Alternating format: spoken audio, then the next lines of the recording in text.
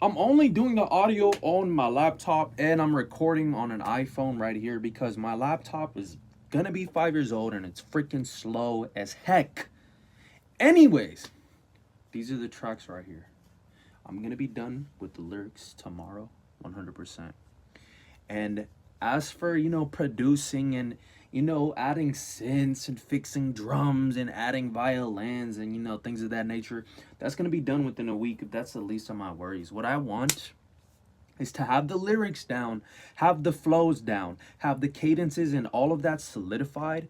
That way, when I send over these tracks to Frank, when we just have these tracks, the actors have something to go off of so that they can just copy the flow that I place on there.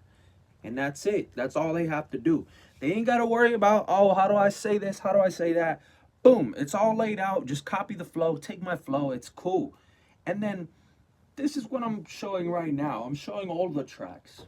Reina Sin Corona. Boom. Opening banger. We got a cumbia, homie. Ooh, we got an opening cumbia. We got a cumbia for the opener. Come on. We got a cumbia for the opener. Heavily inspired by Negra Tomasa. I'm thinking about adding some horns on it. It already sounds so full. It already sounds so good. Cuarto Dorado. Boom. Straight up Soda Stereo.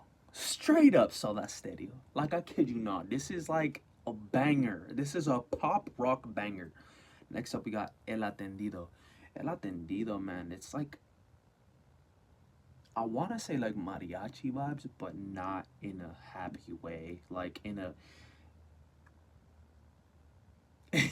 If drinking beer was a song, this is the song. This is the song right here. You just gotta hear it to understand. El Cabron. We got a Christian Nodal ranchera type production on this. I need to fix the flows on this. You know what? I might not even fix them until like we're getting to rehearsals because it's not even a priority. I mean, I'm the one that's singing this. Juan is the one that's singing this, so that could be the least of my worries as of right now. But it's a ranchera banger. It's a ranchera banger. Penniless Girl. This still needs a lot of production. I'm not even gonna lie. It's this one and Hija de Madre. And Lonely Stroll's cool. I wanted to add more on the production, but I think I'm just gonna add some swells, some open hats and things of that nature, just to have like the drops and whatnot. You just give it a little bit more sauce, but that's pretty much good.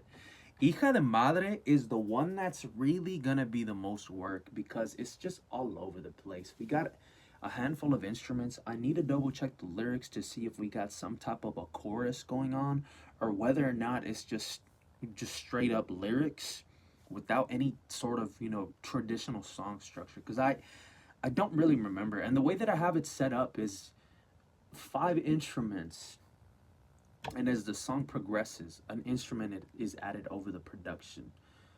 And that's it. That's literally all I have. And then Penniless Girl, I've got a guitar on it. We have a rhythm guitar with a lead guitar on top of that, Ozzy's lead guitar on top of that, which is cool, And then we got a snare and some hi hats, but it needs more, bro. I want it to be more. Penniless Girl is cool. We got the rhythm. We got the rhythm guitar. We got Ozzy's lead guitar. Beautiful, beautiful. But I'm like, what else can we do though? What else can we do to make that song pop? It's like Reina Sin Corona. When we were first working on Reina Sin Corona, bro, that song, it was pretty skeletal. The ideas were there, but it needed more punch. It needed more pizzazz. It needed more salsa. It needed more sauce. How are you gonna eat canes with no cane sauce? You feel me? That's kind of what this was. It was like eating canes with no cane sauce. Makes no sense. Why would you even? And now, the drums are there. The bass is thick. I added a. I literally just added 2 chords. Dun dun dun dun dun dun dun dun. It gave it so much more personality. That's what I need this to be. That's what I need Penniless Girl to be. Right? That's what I need.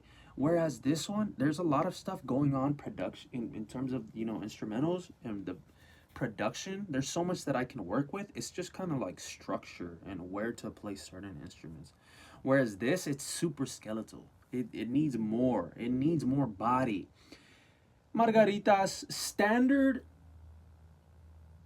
bolero. Standard, beautiful. It doesn't have to be anything else. See, whereas the production on Triángulo is over the top. Reggaeton drums. And Reina Sin Corona, they're super in your face. There's so much going on. They got the ritmo that just goes inside of your sangre. Margaritas isn't that. But that's the thing. It doesn't have to be because the point comes across. It's really going to be up to the actors to make this song what it is. Because production-wise, it's a simple guitar. A simple bolero guitar. But that's all it has to be. That's all it has to be, and it's beautiful. It's beautiful. It's really the first song that I would say where we get to that very minimalistic point in the play in terms of the songs. And then boom, we got a rhythmic guitar here. I can't even say the genre if I'm being honest. It's like dun dun dun dun brum bum bum bum bum bum bum bum brum bum bum bum. I guess mariachi. Nah, it's not mariachi, bro. It's like I can't even say. I'm not even gonna put a genre label on this thing because it's got flavor. It really does. It's another minimalistic joint out of all of them, but it's all it has to be. That's all it has to be because the performance is gonna be in the vocals. That's what's gonna bring it pop. But I can't. I'm gonna have to ask Ozzy what kind of genre this even is or what exactly we're going for. And then Luchadora is not salsa. See, I forgot the name of the genre again for Luchadora. But damn, it's a gig in a quarter.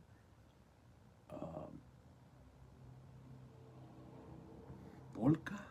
Nah, I don't know. I'm gonna have to ask Ozzy. Ask Ozzy what the genre is exactly. But it's a Latin genre. It's a Latin genre. It's got so much flavor. This is one where the production is boom up to the top. It's got percussion. It's got a choir. It's got a choir in it. It's got a beautiful bass. It's got a beautiful guitar. It's got a piano. Production wise, this is up there to me with, Reina Sin Corona. It's up there with me. Luchadora and Reina Sin Corona, the production, and Triángulo.